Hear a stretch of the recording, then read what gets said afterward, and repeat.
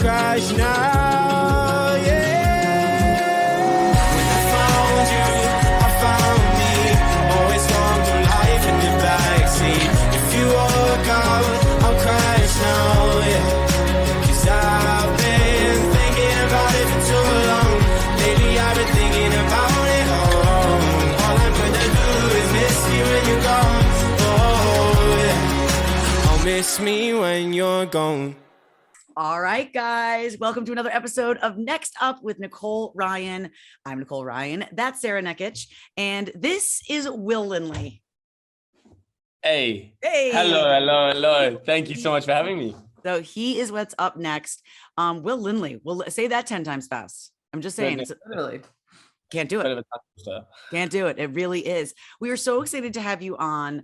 I feel like I know you just from watching your videos, like on TikTok alone. Are you the happiest human that ever lived? You're always smiling. It's really just really refreshing. Hey, I try keep a positive and a happy mindset as much as possible. I mean, why not?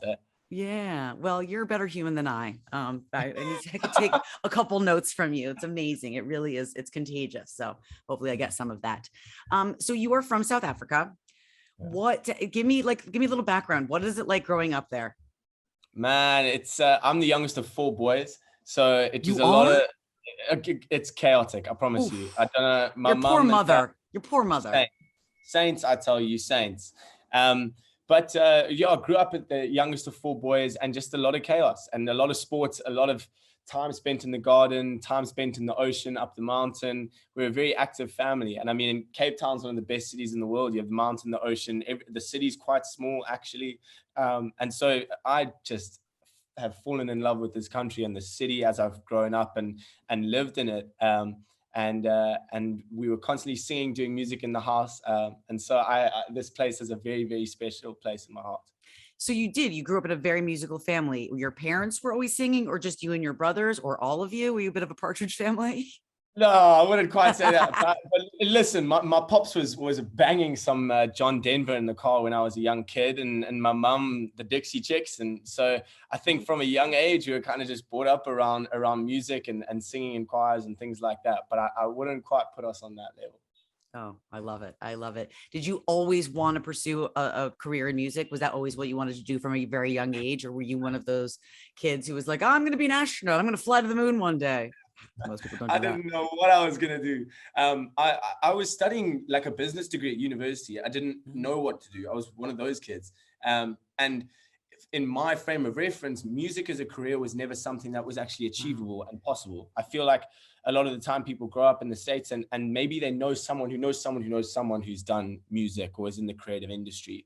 For me personally, I didn't necessarily have someone who I could like hold on to and go, okay, cool. Like you can show me how to do it.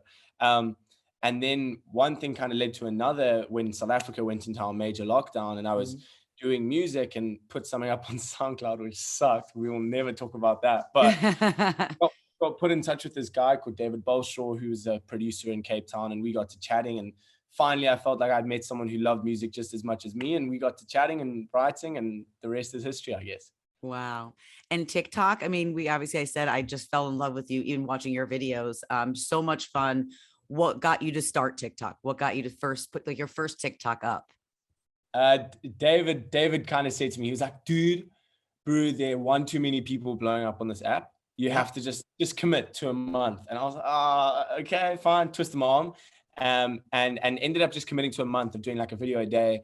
And I said, if nothing happens, then I'm stopping. And something happened within the first couple of weeks. And then I kind of just, dove in and just work that app as much as possible. I mean, so you owe this dude. I mean, you owe him at least a drink, maybe a meal, something. I mean, because it seems to have worked. I owe him my whole career right now.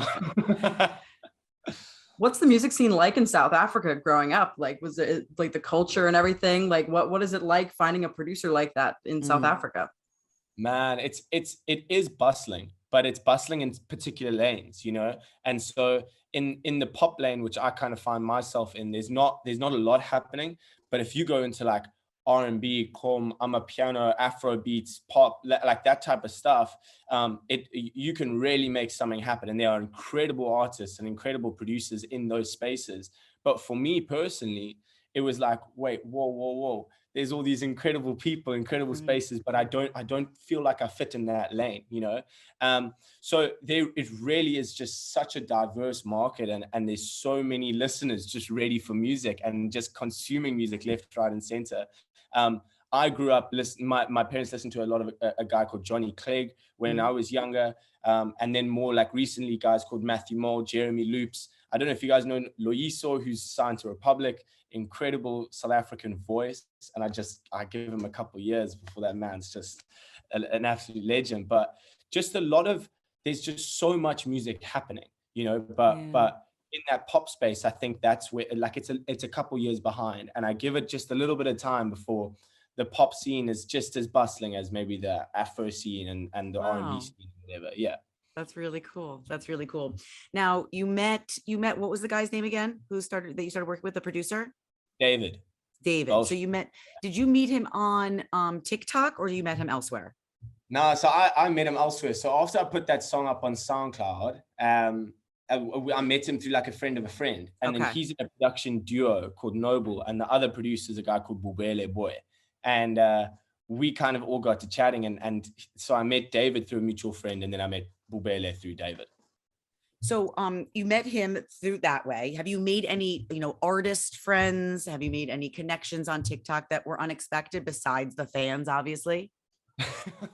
I think basically like any connection for me in the music industry is unexpected, because I'm like the most like deer in the headlights, bro, that's like walking around. Like I see anybody that's in the industry, I'm like, oh my word, they do whatever. That's so cool. But I think like the some of the cooler ones for me were like the ones that hit closer to home. Right. So very quickly off the bat, I was opening a stage for Matthew Mole and Jeremy Loops, who are the two bigger like pop leaning acts in South Africa. And so that was just unbelievable for me. But you chat to some artists like Rosie through TikTok or David Hugo, people like that. You kind of connect just through the app and go like, oh, your stuff's cool. Oh, wait, like, right. How's it? Yeah. Right. So you've been compared to a Justin Bieber or a Kid Laroi, two artists that are some of my favorites. They've worked together themselves. They have their songs today. Are you fans of them? Of course, man. That comparison is a very like overly kind comparison. Dude, run with it. Take it. Own it. Yes. Yeah. Okay. No, sorry. Why am I not? Yes. Yeah. Some say I'm the next Justin Bieber. All right. So, I mean, that would be so amazing, right? You can't really ask for a better career. So we decided we wanted to play a little game with you. Okay. In regards to these guys, and I'm sure you're a fan of their music, but not necessarily, you maybe don't necessarily know them and all things about them. I don't know if you're a believer or not. I don't know if you're a huge, like a massive Kid Laroi fan, but we're just going to test your knowledge about them. It's fun. So we're going to give you 5 different facts, like fun facts. And it's either about Laroi or the Biebs. So you just are going to say, I'm going to give you something and you're going to tell me whether it's Laroi or the Biebs. See if it's all good fun, right? I think you're going to kill it. I believe in you. Hey, all right. Let's not talk too soon. So this guy recently got advice from Elon Musk. I don't know if it's advice you want to take or not, but I guess he's rich. So J Biebs. You would think that, right? Because he's almost the more famous of them. It was actually the Kid Laroi, which is that's crazy. I'm just seeing all Elon Musk stuff over Twitter, and I'm like, maybe he's like chatted to J Biebs about, I don't know. Yeah. I'm sure they've met. I'm sure they're old pals. They had each other on speed dial, right? Come on, he probably texted him, Go ahead, Sarah. All right, this one was arrested in 2014. Justin Bieber. Yeah, we all remember that. That was an easy one. Yeah, that was an easy one. Really easy. This I feel like is easy. His girl is also a TikTok star. See, but like, okay, a Kid Laroi. Yes, it is Kid Laroi. Yes. Yeah, okay. Because I was about to like Justin Bieber, like Hailey Bieber. Yeah, like she's like famous in her own right. We don't know her only from TikTok. And Laroi's girl is a pretty big TikTok star. Okay, go ahead, Sarah. All right, this one once had a pet monkey. Laroi.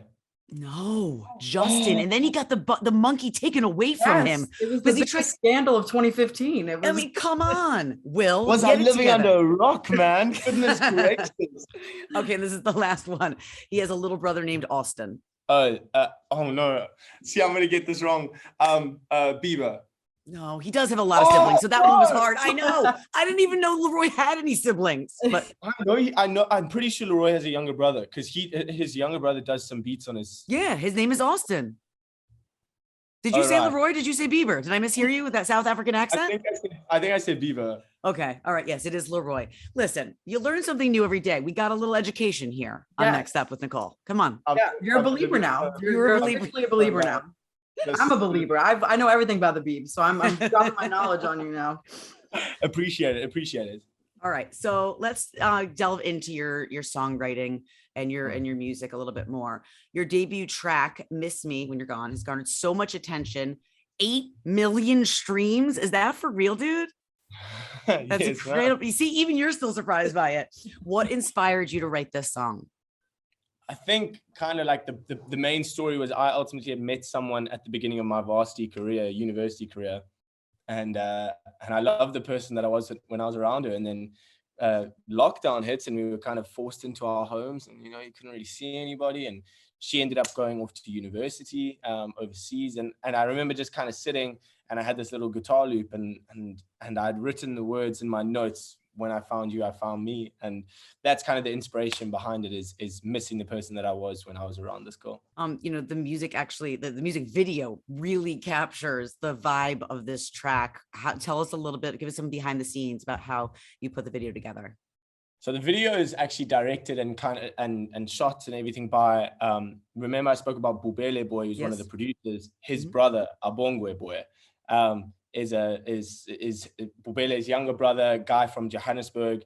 And I remember we kind of were all speaking about how do we do the visuals for this song? Like, all of you guys are in the States, how do we make this work?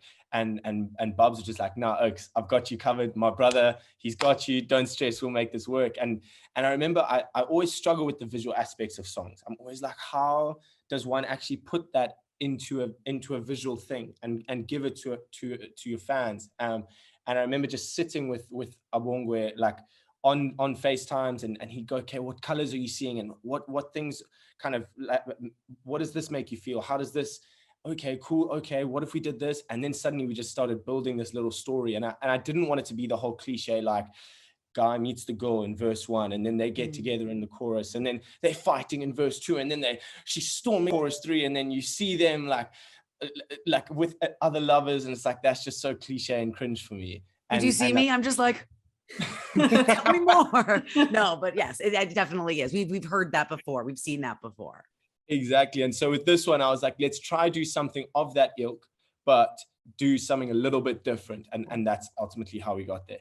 Love it. That's awesome. Your storytelling, I think, is what attracts people to your music. Because like, I listened to that song, I was like, oh my gosh, this is relatable. Like, I've never thought about it in that way before. Like, how do you go into a songwriting or production process with these storylines? Like, I love your TikToks as well as like describing how you produce these songs. How did you get into this? I don't even know what I'm doing half the time, if I'm being honest with you. I think a lot of the time it's you kind of are coming up with concepts and trying to find something that's a little bit different to what you've heard before, and more often than not I can't find something that's new and different, and but oftentimes you're trying to build on a concept and you take that into a session, and this is your end goal, this is the product, but how do we actually get there? And that's your story that you're writing in your verses and your pre and ultimately in your chorus. But it's always helpful having something in your mind before you go into a session, so that you're respecting everybody's times and making it a fun experience of coming up with something that's completely new and different to everything you've heard. Like, you'll go in with subject matter, like this is on my mind, and you guys go from there. Yeah, here's the heartbreak that I've endured. Let's make a song out of it. Go. Are you somebody who like journals? Do you get ideas in the middle of the night? Are you writing on little Post-its? How does your songwriting come together? Yeah, a lot of it, my notes app is quite full of just like going in. I'll be walking on the street one day, and then I'll have a little lyric in my head. Oh, okay, cool, let's write that down. Yep. And then I use it in like 3 months time. I've got a couple voice notes in my phone from like 1 a.m. in the morning when I've like woken up, and I'm like, oh my gosh, what the hell? And then just quickly like this groggy voice note of me going, and I think there was this thing. But oftentimes you just pull little bits of inspiration from everywhere. So you've been compared, whether you like it or not, to the Biebs and to Leroy. But who are some of your inspirations, that you draw from, or artists that you want to be like, and also maybe some artists that we'd see if we pulled up your phone and looked through your music? I think recently I've been listening to a lot of Sam Fender. Whether it's wanting to make music like him, I don't think it's that, but it's the love for the feeling that he evokes in me when I listen to it. It's just so sick, man. So Sam Fender is one that I just love. I listen to a lot of Chelsea Cutler, a lot of Clinton Kane, Quinn 92, Dean Lewis. Love Dean Lewis. So good, man. So good. A band called Picture This. And then on like the writing aspect, I think like John Bellion is just one of my biggest heroes when it comes to writing songs. I'm always just struck by everything that he makes. So yeah. Have you made music? I know you grew up in a musical family. Have you made music with any family members? Yeah, we actually we sung at a couple weddings. You did? Yeah, it's quite funny. Because our friends kind of know that we can all sing, that they needed someone to entertain the guests while they went off and had their photos just before the reception started. So we're like, do you mind just singing? And we're like, yeah, sure. And so we put a little family band together of the brothers. And so we have played together, but I've never actually like written a song with any of them. Okay.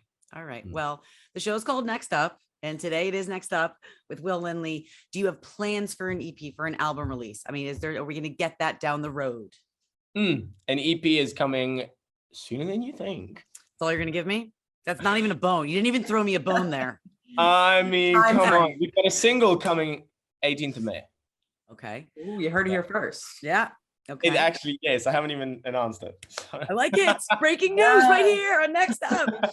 Are we going to be able to see you live? Are you going to be touring? Will you come to the States so I can give you a hug and watch you play? I mean, the dream is to be coming and playing shows in the States one day. Right now, we're doing a little bit of a tour in South Africa, which is quite cool. I just got back from a trip in the States last week. And so kind of I'm back in South Africa and doing a little like homecoming tour thing and playing a couple cities. But I'll hopefully be back in the States sometime later this year to play some shows. All right. Well, we better get the invite is all I have to say. We better get the invite. You're first on the list. Don't stress. Obviously. All right. Well, you are magical. You are so sweet. You're so talented. And we just are so excited to watch your career continue to blossom. It's really been such a treat having you on the show. I appreciate that. Thank you so much for having me. All right. This has been Next Up with Will Linley.